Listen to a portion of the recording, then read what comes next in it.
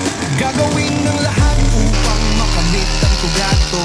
Siya si Tilyog, di marunong sumuko kahit pa anong pagsubok. Siya si Tilyog, busilak ang kanyang puso pero buo ang kanyang loob. Siya si Tilyog, panggalang tatat noon, ngayon at sa henerasyon pang susunod. Isang batang pinanganak sa Totomas, Batangas, lumaking dukha, kahirapan ay dinanas. Pero kahit pa ganun, di hadlang ang kahirapan sa kanyang pangarap. Walang sino man ang makakahadlang. Piniling ang ibang bansa para sa kanyang mga pangarap.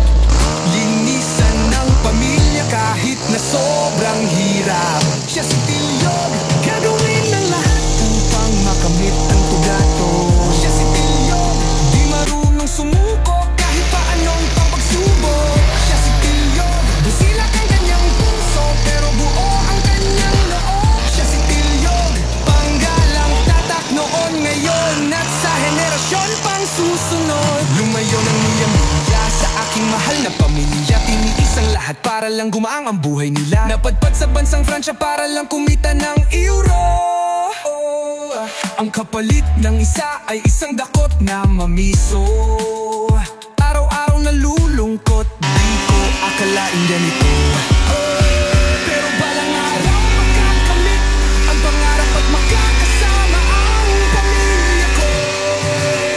Siya si Tilyog, gagawin ng lahat upang makamit ang tugato.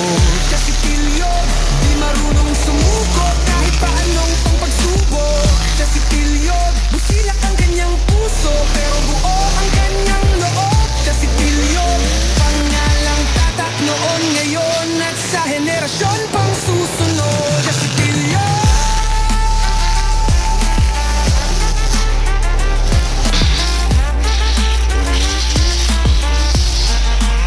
Siya si Tilyog,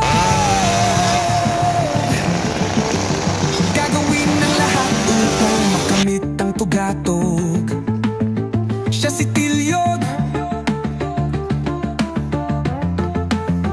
di marunong sumuko kahit pa anong pagsubok. Siya si Tilyog, busilak ang kanyang puso pero buo ang kanyang loob. Siya si Tilyog, pangalang tatak noon, ngayon at sa henerasyon pang susunod.